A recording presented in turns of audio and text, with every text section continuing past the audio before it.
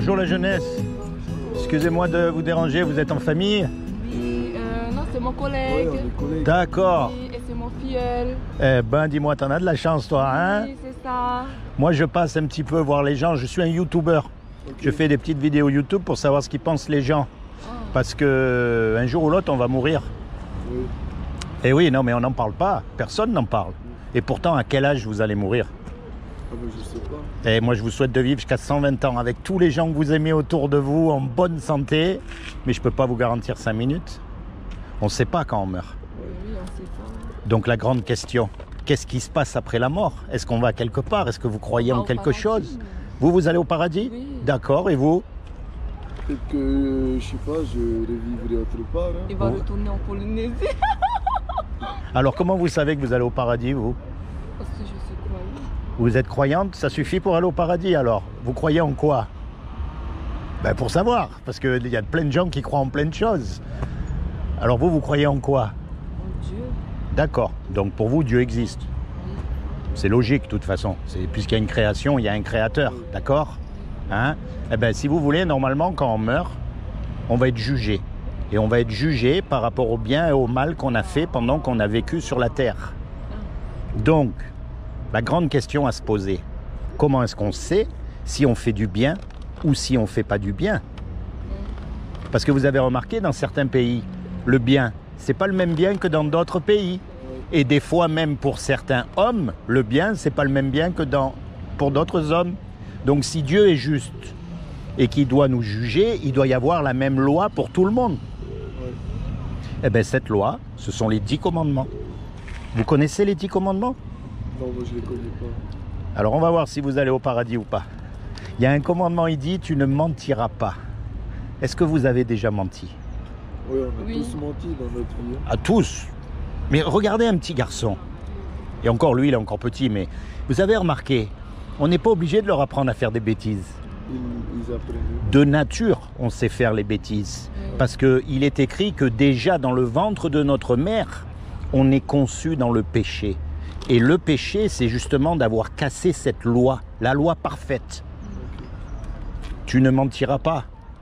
On a déjà menti. Tu ne voleras pas. On a déjà pris quelque chose que c'est pas à nous. Ça, c'est la question qui tue tous les hommes.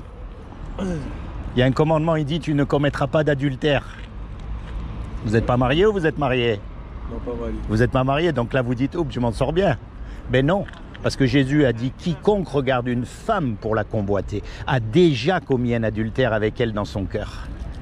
Là, on est tous morts. Il n'y a même pas la peine de discuter, on est d'accord? Ouais. Tous les hommes et les femmes aussi. Il y a un commandement, il dit, tu honoreras toujours tes parents. Vous avez toujours honoré vos parents?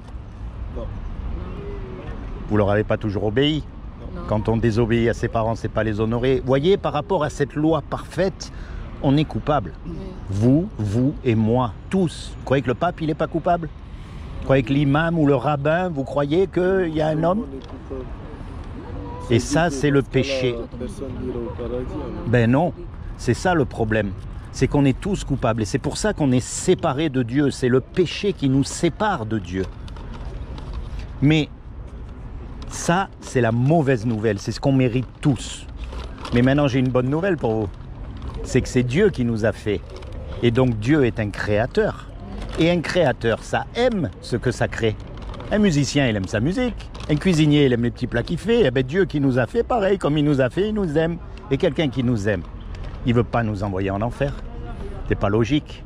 Donc, il a fait quelque chose pour que vous et moi, malgré qu'on soit coupables, on puisse éviter son châtiment. Est-ce que vous savez ce qu'il a fait? Non. Et vous? Alors, je vais vous dire quand même, hein, on ne sait jamais. Oui. Comme il a trouvé aucun homme de parfait sur la terre, eh bien, ce qu'il a fait, c'est qu'il est venu lui-même sur terre et il s'est habillé avec un corps. Il a pris une forme humaine qui est Jésus et il a dit, quiconque croit que Jésus est le Fils de Dieu et qu'il est ressuscité des morts, il aura la vie éternelle à mes côtés. C'est une question de croire, pas de faire. Quand Jésus est mort à la croix, en fait, lui qui est Dieu sur terre, il est parfait, eh bien, il est mort à votre place et à ma place pour payer votre amende. Vous conduisez la voiture? Oui. Bon, alors par exemple, je vous prête la voiture, vous conduisez, vous prenez un PV. et vous n'avez pas les sous pour payer. Et moi, je paye l'amende. Vous, vous êtes libre par rapport à la justice. L'amende, elle a été payée. Vous voyez, même si ce n'est pas vous qui avez payé l'amende. Eh bien, Jésus, c'est pareil avec nous. Lui, il a payé pour que nous, on soit libres. Et la seule chose qu'on a à faire maintenant, c'est ce qu'on appelle la repentance. C'est-à-dire à se tourner vers lui et à commencer à avoir une relation intime, une relation personnelle avec lui. À lui demander pardon pour ses péchés et à commencer à le suivre. Vous voyez, il faut lui parler, il ne faut pas avoir peur de lui parler. Vous savez, Dieu n'est pas religieux. Et je peux le prouver, parce que la religion, c'est quoi? Tout le monde fait pareil, tout le monde pense pareil, tout le monde va au même endroit, tout le monde prie à la même heure, et si vous n'êtes pas d'accord avec eux, ils vous chassent, et il y en a même, ils vous tuent. Mais Dieu, il n'est pas religieux. Vous savez pourquoi? Parce qu'il vous a fait unique. Il n'y en a qu'un comme vous, et comme moi. Et ça montre quoi? Eh bien, ça montre qu'il ne cherche pas une religion où tout le monde est pareil. Mais ce qu'il cherche, c'est une relation personnelle avec vous. Parce que vous, vous avez subi des injustices que moi, je n'ai pas subies, et vice-versa. Vous avez eu des joies aussi que je n'ai pas eues. Vous voyez, on a chacun une vie. Il n'y a pas 2 hommes, 2 femmes qui ont la même vie. Non, mais c'est fou quand même. Il y a eu des milliards et des milliards d'hommes et de femmes. Il n'y en a jamais eu 2 qui ont la même vie. Eh bien, ce que Dieu veut, c'est entrer dans votre cœur pour marcher avec vous. Vous voyez, jusqu'à aujourd'hui, vous étiez dans le monde comme ça, sans trop savoir, et puis, pam, un jour, vous prenez conscience que, ben oui, vous allez mourir, et que le jour où vous allez mourir, eh ben, vous allez devoir rendre des comptes à Dieu. Et comme vous l'avez dit vous-même, on est tous coupables, la seule chose que vous allez pouvoir faire devant Dieu, c'est baisser la tête et dire, ok, d'accord, je suis coupable. Face à sa sainteté à lui, face à son intelligence, à sa grandeur, on va rien pouvoir dire. Voyez ? Et c'est pour ça qu'il nous a envoyé Jésus, pour que Jésus devienne notre avocat. C'est-à-dire quiconque croit que Jésus est le Fils de Dieu et qu'il est ressuscité des morts, il aura la vie éternelle. C'est une promesse. C'est pas par rapport à ce qu'on fait nous ou ce qu'on fait pas. C'est par rapport à ce qu'il a fait lui. Alors bien sûr, ça ne veut pas dire qu'on peut faire n'importe quoi. Hein ? Quelqu'un qui vous a rendu ce service, quelqu'un qui vous a donné le paradis gratuit, ben, quand il va vous demander un service à son tour, vous allez lui rendre, c'est logique. Alors par exemple, la prochaine fois que vous êtes confronté au mensonge, ça peut arriver, hein, vous allez dire là, si je mens, personne ne va me le savoir, je m'en sors bien. Et puis dans votre tête, vous allez dire, attends, Jésus, il est mort pour mes péchés. Il me donne le paradis gratuitement, j'ai rien à faire. Je ne peux pas continuer à mentir, c'est comme si je lui crachais à la figure. C'est pas bon. Alors tant pis combien ça va me coûter. Mais par conscience envers Dieu, je choisis de ne pas mentir. Je choisis de ne pas voler. Je choisis de tourner la tête plutôt que de continuer à regarder cette femme avec des désirs dans la tête. C'est ça la repentance. Ça veut dire à partir d'aujourd'hui, vous marchez avec Dieu. Vous savez ce qu'il aime et vous savez ce qu'il n'aime pas. Eh bien, vous choisissez ce qu'il aime et vous repoussez ce qu'il n'aime pas.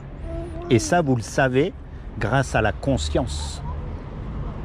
Parce que vous avez remarqué, quand vous mentez, vous savez que vous avez menti. On n'est pas tranquille dans notre tête. Même quand vous regardez des choses que vous ne devez pas regarder, c'est pareil, vous savez qu'il y a mieux à faire. On le sait.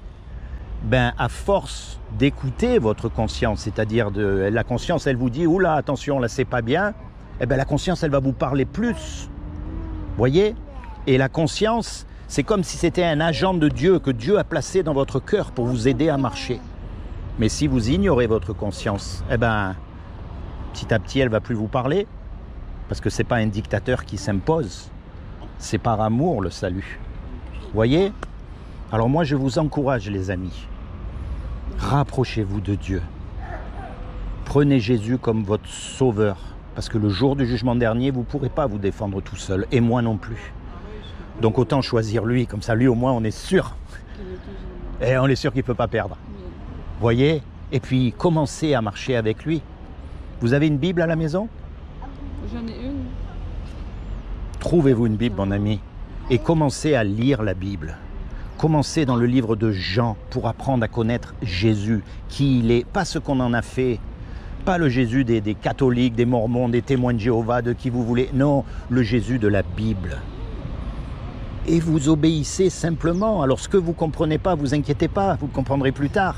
Mais ce que vous comprenez, mettez-le en pratique dans votre vie et Dieu vous donnera de plus en plus de compréhension. Hein? Ça C'est va. comment votre prénom? Théari. Teharihi? Oui. Et vous? Méléana. Méléana et Teharihi. Ah, Mariana. Pardon, excusez-moi, j'ai pas l'accent. Non, mais en fait, vous avez prononcé en R. Ah, ben vous voyez? Et vous avez bien roulé le R. Eh ben voilà, ça y est, je parle.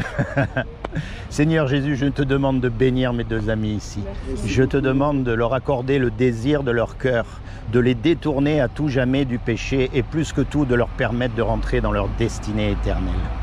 Soyez bénis les deux, d'accord? Et en remerciement, je vais quand même vous laisser un petit souvenir parce que, vous savez, les paroles, elles s'envolent, mais les écrits ils restent.